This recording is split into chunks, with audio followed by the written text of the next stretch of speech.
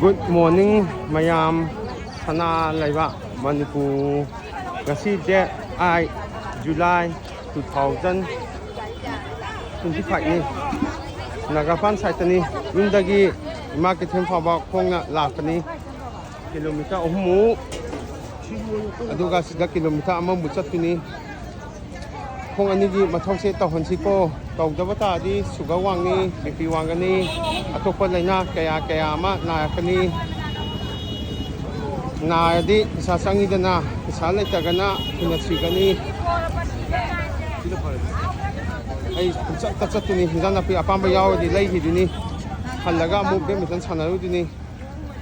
hangjing mayangni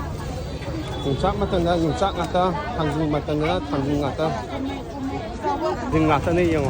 yong chu kili adu chui mo thangmani gihom matanina gihom ya na thoe gihom ngata ni kabi kobi ngata ni lapu na usoi ngata ni so dum kili ai su lo sanama tawge hinjan lapi yang hiduni lai giduni Nongmagi hakchng sajel tawsi ko khong anigi mathau abo wakhan khansi afaba chinja chaga insisanana naimnasi mayam kangle pa na yai fare